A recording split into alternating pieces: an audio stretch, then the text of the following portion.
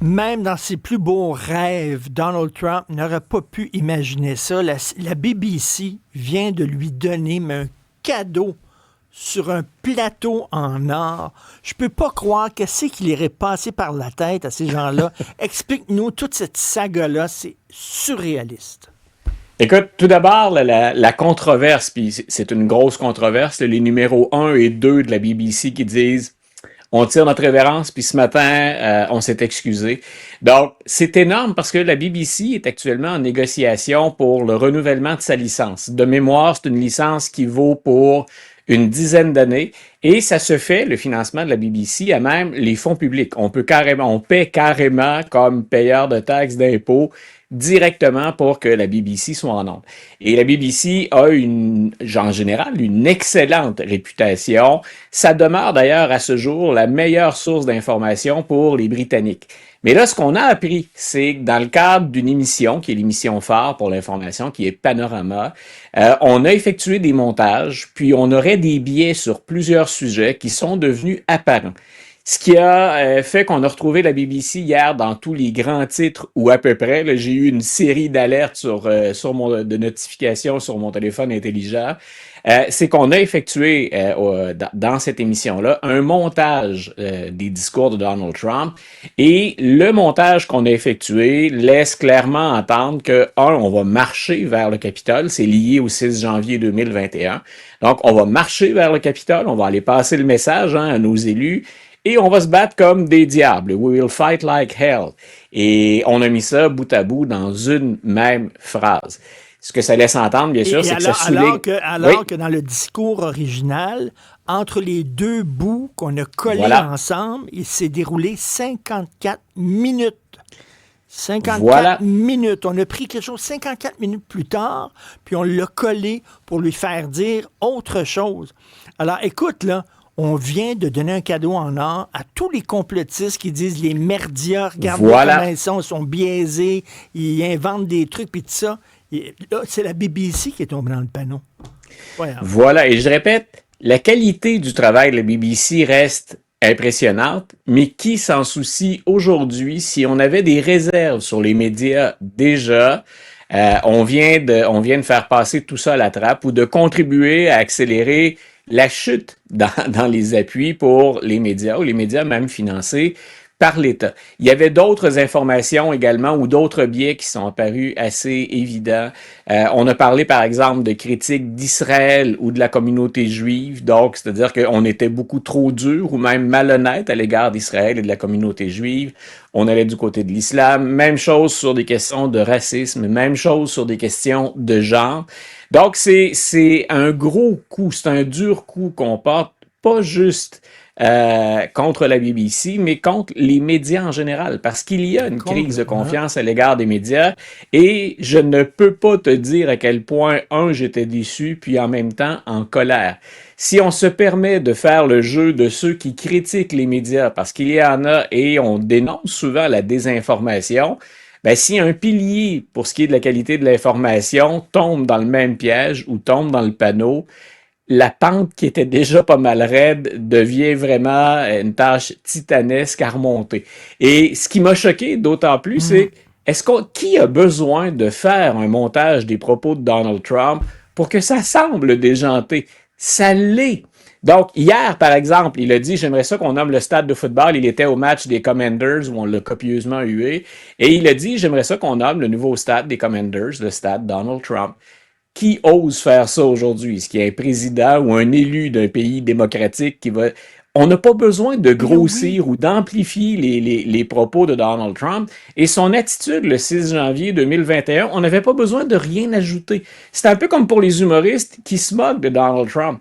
Ils n'ont pas besoin de défaire les propos de Donald Trump ou de rendre ça caricatural. Ça l'est presque par nature. Donc, c'est là où j'étais vraiment contrarié hier de ce qu'on nous a dévoilé voilà la BBC. Et je ne pense pas que de faire rouler deux têtes ou de pousser, parce qu'on on a dû leur suggérer fortement de s'en aller, mais je ne crois pas que la Ben, démission des deux principaux dirigeants de la chaîne ce soit suffisant. Et Donald Trump a saisi la balle au bon. ben Je c'est vais vous sûr. poursuivre. Je vais, pas simplement pour dénoncer les médias, mais pour y aller d'une autre de ces fameuses poursuites. Et cette fois-là, mais cette fois-là, il pourrait bien avoir raison. On s'en est pris donc à sa réputation et on a proposé un montage faux de ce qu'a fait Donald Trump. Donc, écoute, y a pas pour moi là-dedans de... Je vois pas comment on peut dorer la pilule ou comment on peut défendre la BBC dans ce dossier-là. Et il n'y a pas que ceux qui n'aiment pas les médias traditionnels. Je pense que les autres médias doivent dire que c'est le genre de choses dans lequel, c'est le genre de panneau ou de piège dans lequel on ne doit pas tomber. Je ne sais pas ce qui se passe à la BBC parce que récemment, ils ont diffusé un documentaire supposément objectif sur ce qui se passe à Gaza et tout ça. Et Ouais. finalement, ils avaient oublié de dire que la narration de ce documentaire-là avait été assurée par un militant du Hamas. Tu sais, je veux dire, à un moment donné, ils se sont fait pincer les Ah non. culottes à terre aussi, là. C'est plusieurs gaffes qui se passent à la BBC. Voilà. Et c'est là où je dis, si on prétend lutter contre la Ben oui. désinformation, ou si on essaie d'aller chercher les gens pour dire, ne quittez pas l'information traditionnelle, ça va peut-être pas toujours aussi vite que sur les réseaux sociaux, mais c'est parce qu'on vérifie.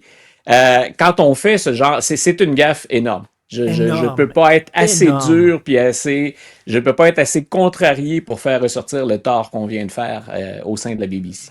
Tout à fait. Je partage ta peine et ta colère.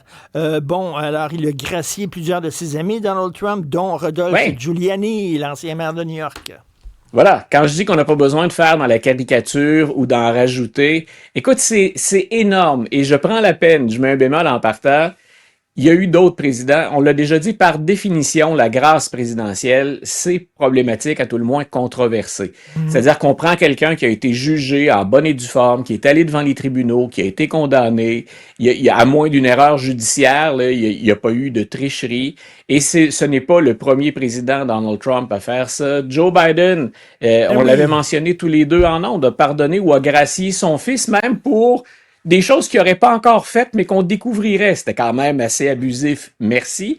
Il disait vouloir le protéger, mais en même temps, il lui a permis d'échapper à la justice pendant la période la plus difficile de sa vie. On sait il a éprouvé des problèmes personnels.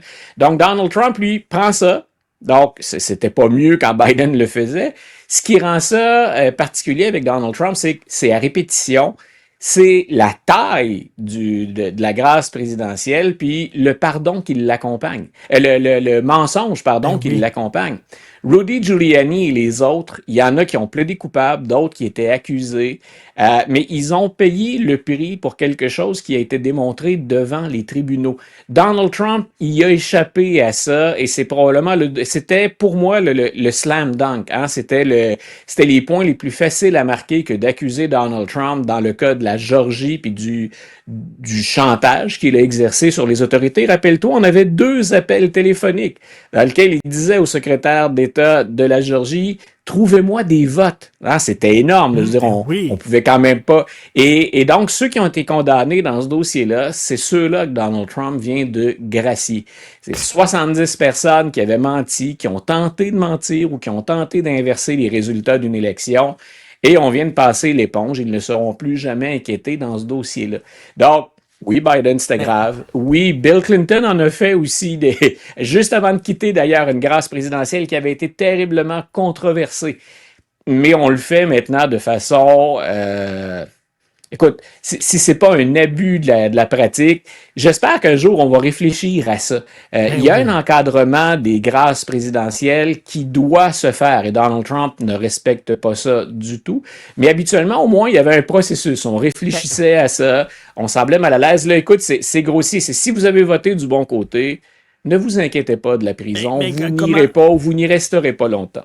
mais comment les démocrates peuvent-ils s'offusquer de ça alors que Joe Voilà. Biden lui-même a gracié son propre fils? Ça me fait penser à la BBC, la même chose. Là, tu sais, Quand, on se cale nous-mêmes. Là, c'est vraiment ça. Quand je te disais, hein, je te répétais ça plusieurs fois, ce qu'on découvre avec Donald Trump, au-delà du personnage, c'est le nombre de failles ou le nombre de choses qu'il y a dans la Constitution Mhm. américaine qu'on n'osait pas pleinement exploiter avant. Et ça prenait quelqu'un de décomplexé comme Donald Trump pour dire, il y a une faille là.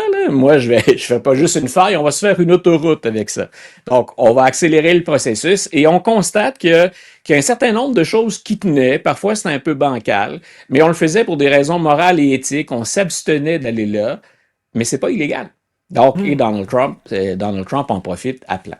C'est comme un pirate informatique qui te permet de savoir que tu t'es pas suffisamment protégé des pirates informatiques. Voilà. C'est exactement ça. Bonne comparaison. Merci Luc. À demain. Salut. Je vais imaginer Donald Trump en cheval de Troie maintenant. Bonne fin de journée.